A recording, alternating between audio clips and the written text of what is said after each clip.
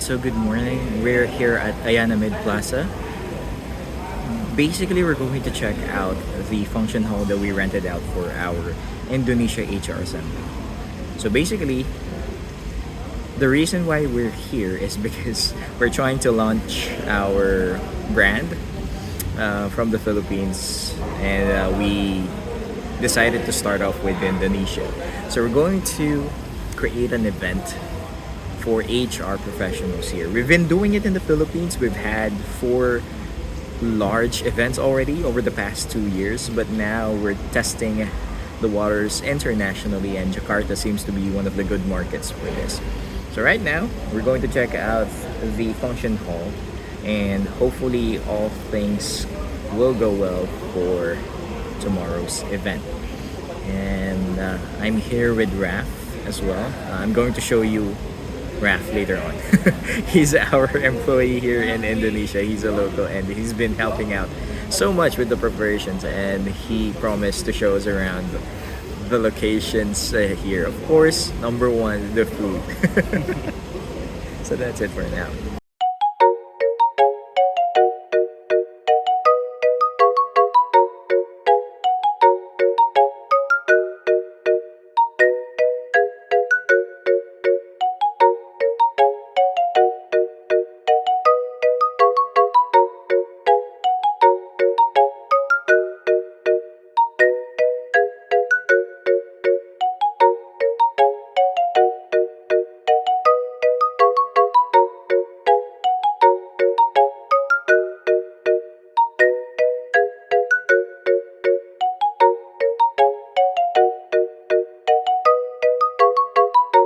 Selamat pagi, everyone.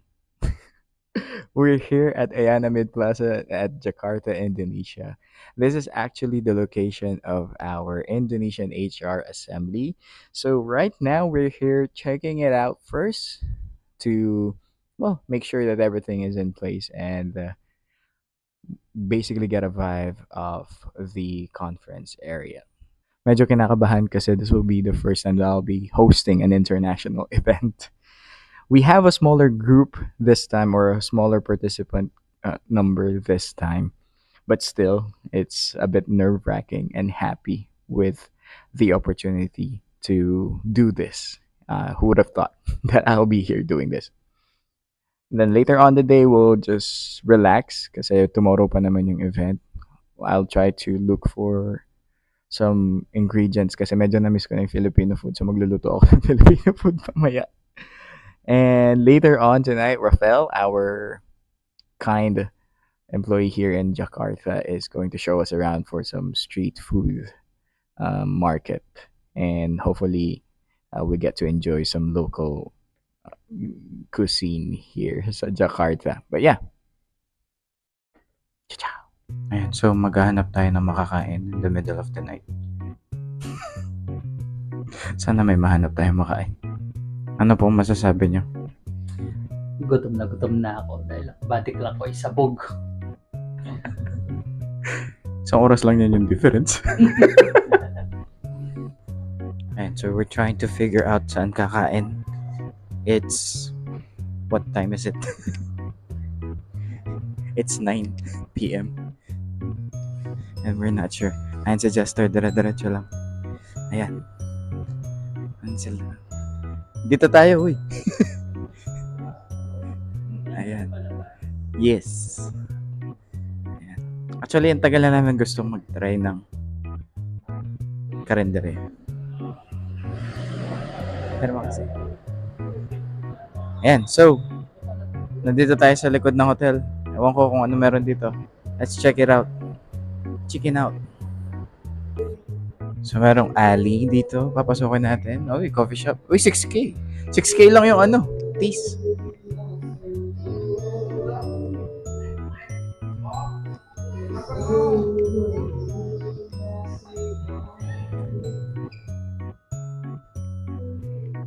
Mukhang close na.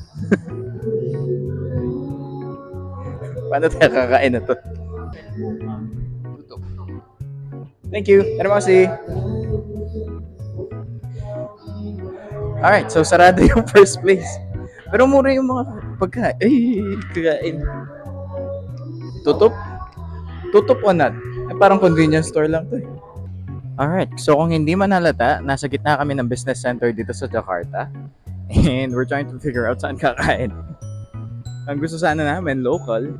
So, try natin maghanap ng local street food dito. Alright, so merong mga stalls dito, parang karinderya din. Ang cute. Parang sa Pilipinas lang. So, meron doon masakan pandak. Oh, mura. 17,000 lang. Gusto nyo ba try doon? Oh, let's find out. Tara, bala na.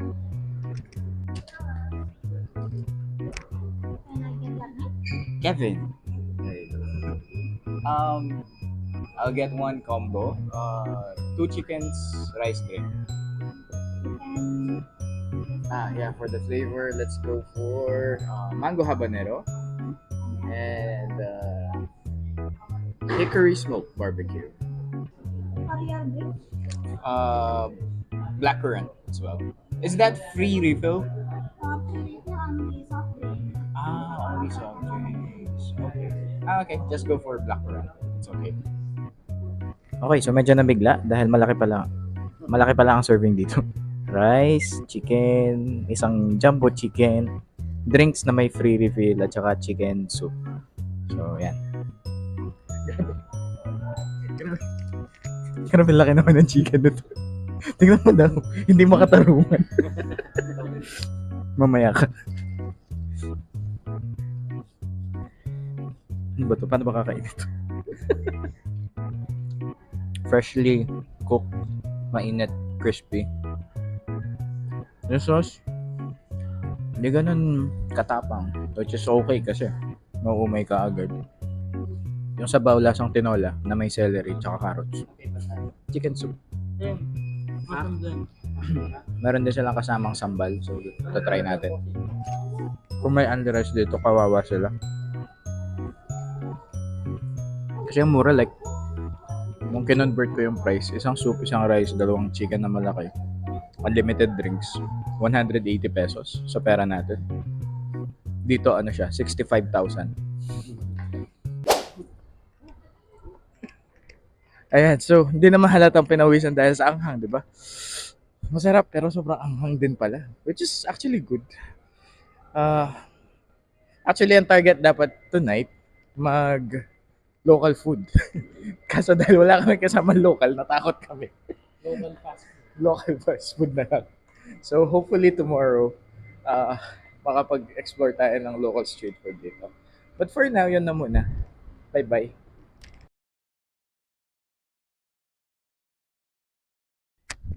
Alright, so nandito na tayo ngayon sa day of Indonesia HR Assembly. Kinakabahan. Ewan ko bakit. We've been doing this for how many times, pero siguro dahil this will be my first international hosting. Yung kaba ko ngayon iba. Whew. So we're hoping that the Indonesia HR Assembly will run smoothly. Sana walang maging major setbacks. But everything seems to be in place. Ayana Mid Plaza Jakarta they are so accommodating with our requests, and we're quite happy with the setup.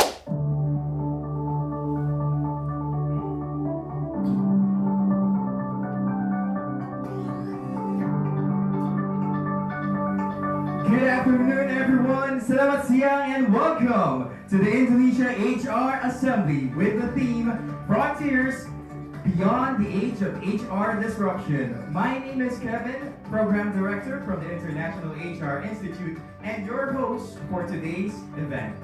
Please join me in welcoming Mr. Chester Bilua. So, fortunately, it shortened the distance between us. Right? So, Ayan, so someone is currently speaking. Actually, it's James, one of our program directors in our company. So tayo, dito lang sa Ledgi habang naghihintay ng mga spills natin in between the speakers. In terms of workforce dynamics, Parang mali yung sentence na yun, in between speakers. let's take what we've learned today and turn it into action, shaping a future where HR continues to lead with innovation, resilience, and humanity at its core.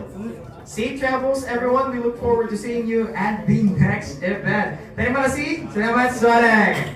Alright, so ayan, natapos din. Wala na tao dito sa event. Ang Indonesia HR Assembly, I would say it's a success. Hopefully, we were able to connect with other HR professionals here in Jakarta. And of course, listen to some of the trailblazers in the Indonesian HR industry. But anyways, we still have a few days left here sa Indonesia, so probably the next part of this video is about us getting to know Indonesia, or at least Jakarta, and then hopefully we can try out more things here. Alright, so pahinga muna kami and we'll see what will happen next.